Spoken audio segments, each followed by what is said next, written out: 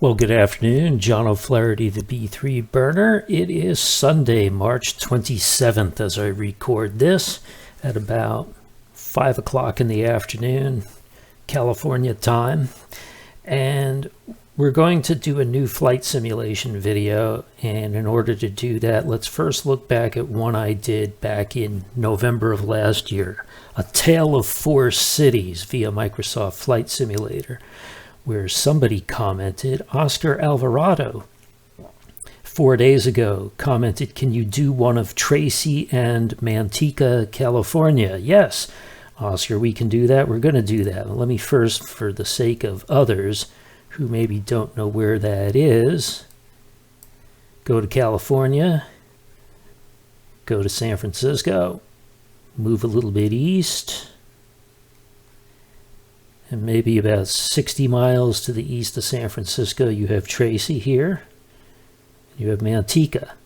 So the plan is to take off from Tracy Airport, which is south of Tracy proper. And I'm waiting for the map to populate. There's the airport. Here's downtown, more or less. Here's Manteca. And we're going to travel from Tracy Airport over Tracy to Manteca and land at Stockton Airport. That's my plan. And we're going to go from Tracy to Manteca to Stockton. We start on runway 30, set as departure, fly. Now we have a problem, and I don't want to tempt fate and have any issues with stuttering. So what I'm going to do is I'm going to remove the clouds and we're going to do clear skies. Let's not mess around with and have any other issues. I know it's kind of boring, but let's make it happen. So, a few things to note. The flaps are at 10 degrees. The trim is at positive 5%.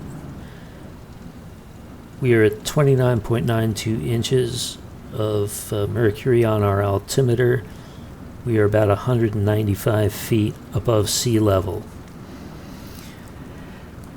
We are flying with Kenmore Air, or for Kenmore Air, and our plane is November 7255 Whiskey. Not that that means a whole lot in the large scheme of things, but I just thought I would point that out. And without further ado, let's get out of here. Runway 30 points us northwest, just about toward Mount Diablo, which I'll show you where it is once I take off. Airspeed's alive, we're in the green. 68 knots. This particular plane gives me a tape, an airspeed tape. I got an airspeed gauge on the original 172, which I would have preferred. This is Mount Diablo. The Altamont Pass is around here somewhere. This is the southern edge of Tracy. And Oscar and everybody else, we're going to get into Tracy and discuss it in greater detail later. But the first thing I want to do is sort of get our bearings by first finding Highway 205, Interstate 205, and 580, which is a major artery between the Central Valley and the San Francisco Bay Area, as the San Joaquin Valley or San Joaquin County gives way to Alameda County. Right now I just kind of want to give us a heads up and some reference points. This is Mountain House, that's Mountain House. These are probably the warehouses or the factories, not factories, but warehouses for the Amazon fulfillment center. There are a lot of cars parked over here. These are not houses, these are parking lots with parked cars. These are the windmills for the power, the electrical power, the wind farms, but it's a little fake that they put them all right next to each other in a row. In real life, they're not that close to one another. Okay, this is 205, and as we get closer, this, I believe, is 580, which will eventually connect with Interstate 5 way down there, and you keep going till you get to LA.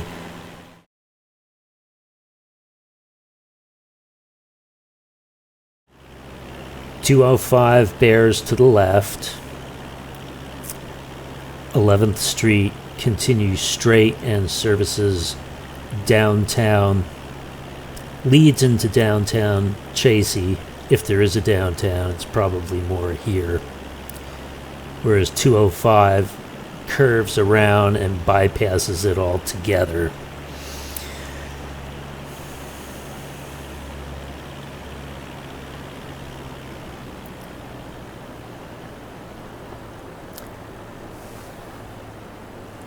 We're about where I want to be. 2,600 feet sounds nice. So Oscar, as we or anybody else who knows the area, maybe you can, without putting the comments, but without giving away too much personal information. Did you live in Manteca? Do you live in Manteca, or do you commute here? Did you grow up here once upon a time? Or Tracy, I meant Tracy. And then Manteca, which is further this way and or that way. We'll see it second. Did you spend some time there? There's a reason he has to see those cities, and usually people want to see areas they're familiar with. First thing I did, I flew over my house in Oakdale. It seems to be what everybody wants to do when they first get this.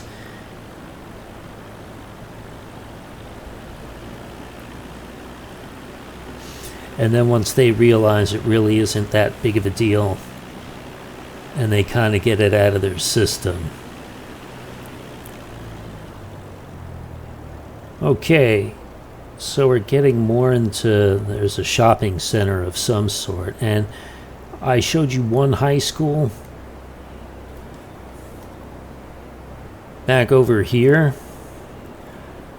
Now I'm going to show you the next one. That was the Jaguars. Here is the Wolf Pack. This is the William F. West Wolf Pack, or excuse me, Emerald F. West, Merrill F. West. It's kind of hard to read that. And I'm getting a little close to the ground. These are auto-gen buildings. These houses, if you actually were to drive to them, probably don't look like this. Whereas the ones near Silicon Valley, San Francisco, the inner Bay Area proper, they went out of their way to construct the houses, make them look exactly like the ones, especially commercial buildings, landmarks.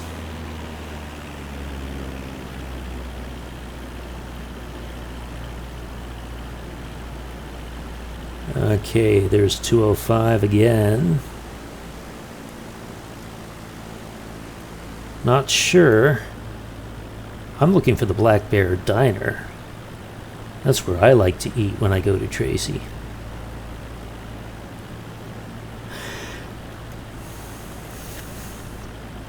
Over here is East Tracy and the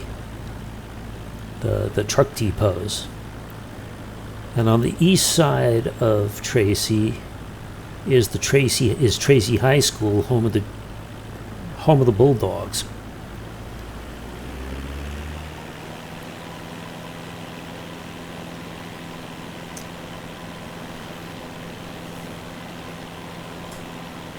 So I want to show you that.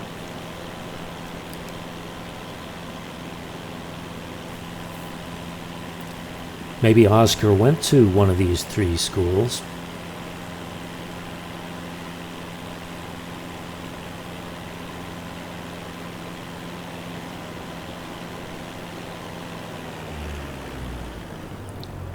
There we go. It says Tracy in the north end zone, Bulldogs in the south end zone.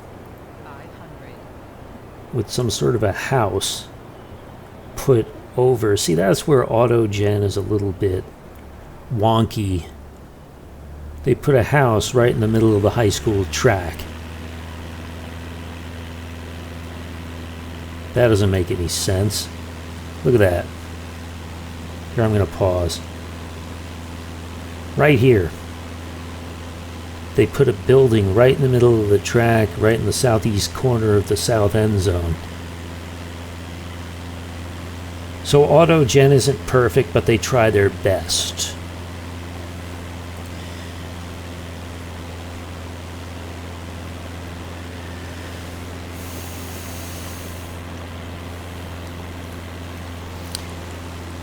Problem is, I don't know what parts specifically of Tracy he wants to see.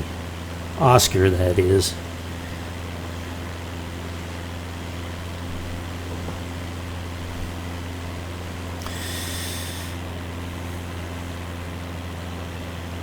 All I can do is take a guess and kind of fly around in circles, give you an idea of what it looks like. Does it come close to looking anything like how you picture it or how you see it? There is a lot of suburban sprawl in Tracy. It is not a small little area.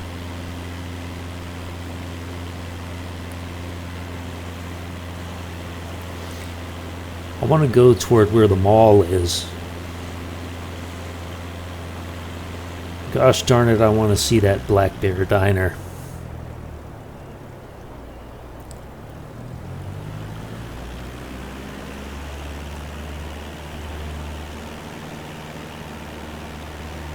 They simulate a few cars on the road.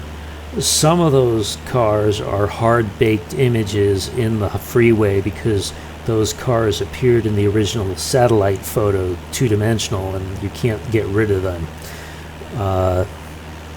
Unless they were to take the time to manually remove every single picture of a car. That would be ridiculous, but the AutoGen cars drive along the freeway, and most of them go in the correct direction. They're on the correct side of the road.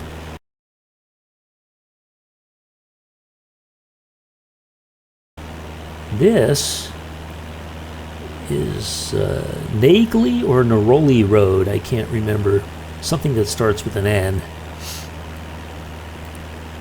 Wish I had my map now.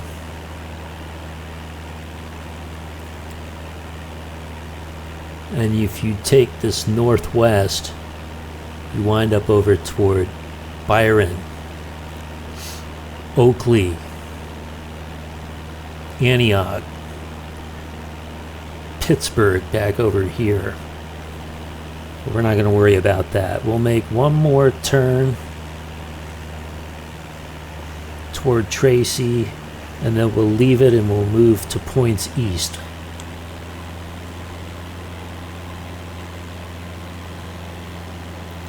Let's cruise down 11th Street and get real low.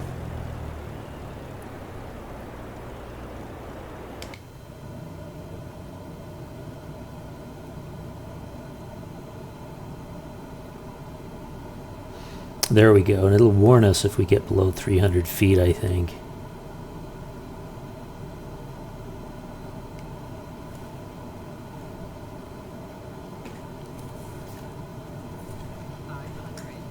No, the warning is at 500 feet. Oh yeah, that's low, all right.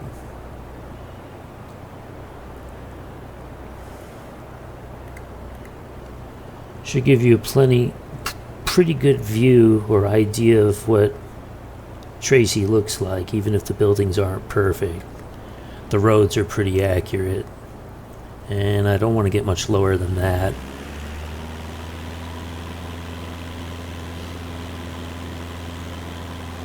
let's head back north toward the Interstate 205.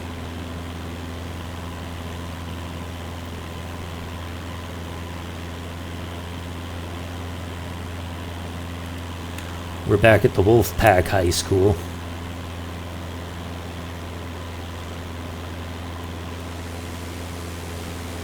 The Merrill F. West High School.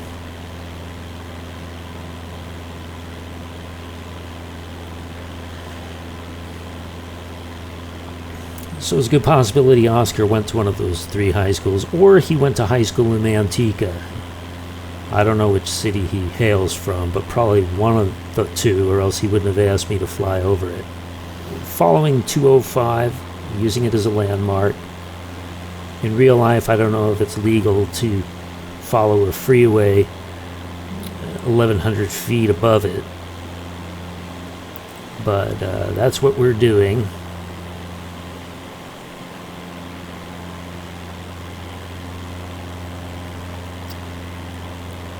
And I'm going to lower my trim to 0%, 2%, 1%. Come on, 0%. My trim is here. Flaps here, trim here, altitude, vertical speed. And when you get real good at this, people don't want that on their screen because they're flying this way.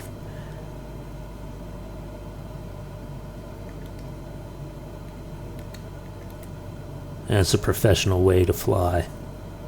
We're not professionals, we're sightseers, so we're not going to worry about that yet. Okay, so this coming up over here is, this is Interstate 5. Interstate 5 proper. Comes in here, 205 merges with Interstate 5. And basically that's the end of 205. Then this is 5 that will eventually snake around a little bit and take you up towards Sacramento, which is over there. This right here is Del Oso Family Farms, right there.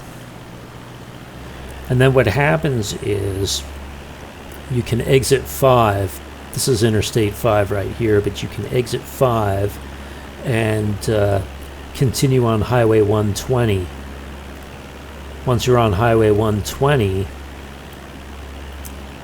that continues to Highway 99, southeast corner of Manteca, and then if you get off the freeway portion of 120 and get on the 2-lane portion of 120, and I'll point that out to you, you then continue on to Escalon and Oakdale. To place where we're at, I believe this is Lathrop. This is Lathrop. And then all this in front of us is Manteca, right here. This is Highway 120, this is Manteca, this is Manteca.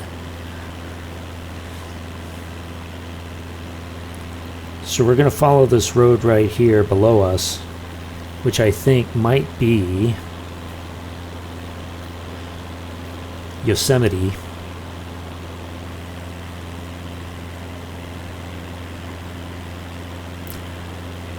That's a golf course, I think.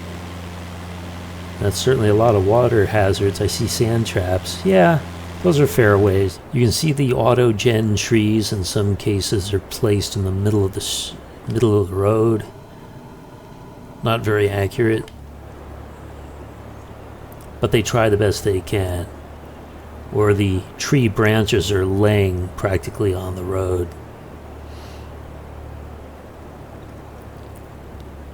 So we are traveling along West Yosemite eastbound in Manteca. This is pretty much the downtown.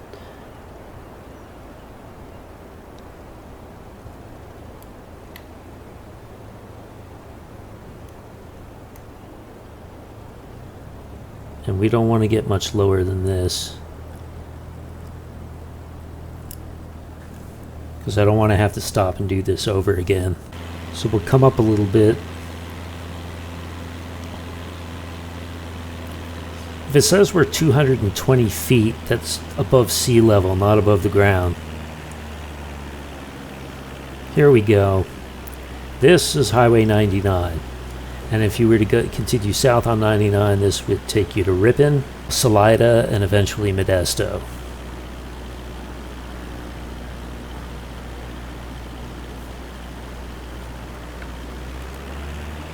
You know, if apply full power and power out of here is not a good situation I put myself in.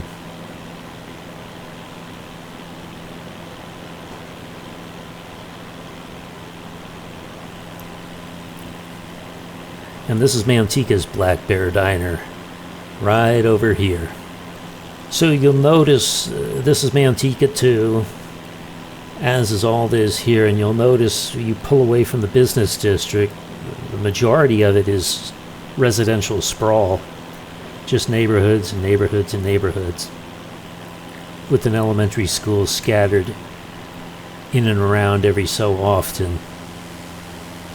The industrial parts here, the truck trailers and all that, and downtown is pretty much exclusively along West Yosemite Avenue, right around here. And here's a shopping plaza, here's a few commercial businesses, but other than that, majority of Manteca, I get the impression, is houses. Okay, so that's Manteca for you. Turn around, look at it one more time, and you can see that, like Tracy, there's a lot of sprawl. You know, we call these small cities by stature, but by square mileage, they're actually quite big. I wouldn't want to have to walk from one end to the other if I didn't have to.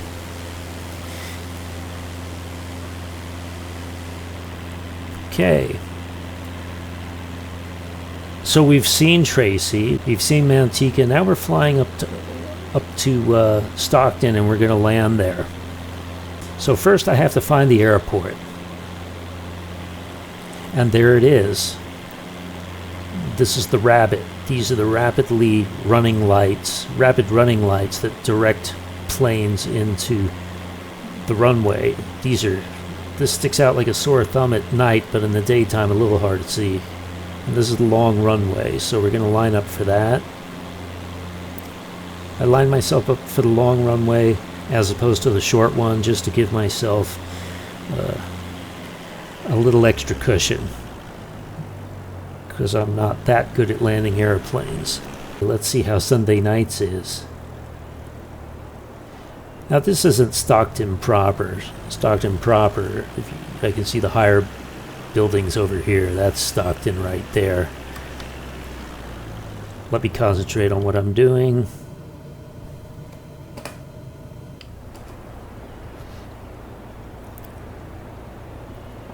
Try to land it from the outside. Mount Diablo once again shadowing us in the background. Boy, did I drift way off course. Okay.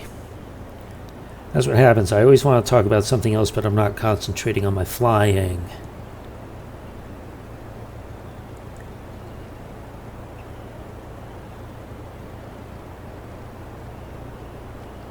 Okay, the way this works is you're supposed to pass the arrows. You're supposed to pass and land no earlier than those broad white stripes that they call the piano bars. And they know that's not a smoky cocktail lounge with Clark Gable playing the piano or something. That's a runway term. And I'm a little wide to the right, and I'm floating this one pretty bad, but flare a little bit. Oh, that's pretty good. I meant to turn over there, but I floated it too long. I couldn't use that one. Slowing down to 50 knots. In real life, this is a live runway, and you have other planes that need to come in right behind you, so you don't want to hang out on here any longer than you have to. Just land, take care of your business, and immediately taxi off the runway onto the taxiway, and then everybody stays safe. All right. And we're going to cross 2 runways here. In real life, you would stop right there and check to make sure there were no planes landing. I want to follow this line because I wanted to go over here. See that building off to the right? There's soda vending machines in there. And I'm thirsty from all this talking and I want a Coke. So I know they're in there. And why is he just sitting in the middle of the... You can generate airport traffic, but sometimes it causes more trouble than it's worth. Sometimes the plane won't give you the turning radius that you want unless you're at a near stop. There we go. Right, there we are. We're at a full stop. Set the parking brake. Turn off the lights. The nav lights and any other lights that were on the plane. And now shut off the engine. And there we go. We are done with our flight. Now, speaking of the moon, and there it is. It's a crescent. It's a waning crescent. It is very close to the sun, which we don't see right now because I can't get low enough to, but it's up there. The moon phases are accurate for the date and the time of day. So like Monday, March 28th, tomorrow morning at 11:49, the moon is in the proper position that it would be or will be in real life. Like, let's back it up to the 27th, and you'll see that it tracked a little further west, and the crescent's bigger because that was the day before. Kind of neat. And the sun cycles are accurate. The sun tracks lower across the southern sky in the winter. Shadows are shorter. The sun tracks more overhead in the summer, just like real life. So the immersion is good. They use the same formulas I would imagine that astronomers use to make those online planetarium programs. Well, that's it, Oscar. I hope you saw what you wanted to see. Let me know in the comments if I showed you decent portions of Tracy and Manteca. And besides Oscar, anybody else who watches this, I hope you enjoyed it. For now, that's it. I'm John O'Flaherty, the B3 Burner, saying good night and enjoy the rest of your weekend and this coming week.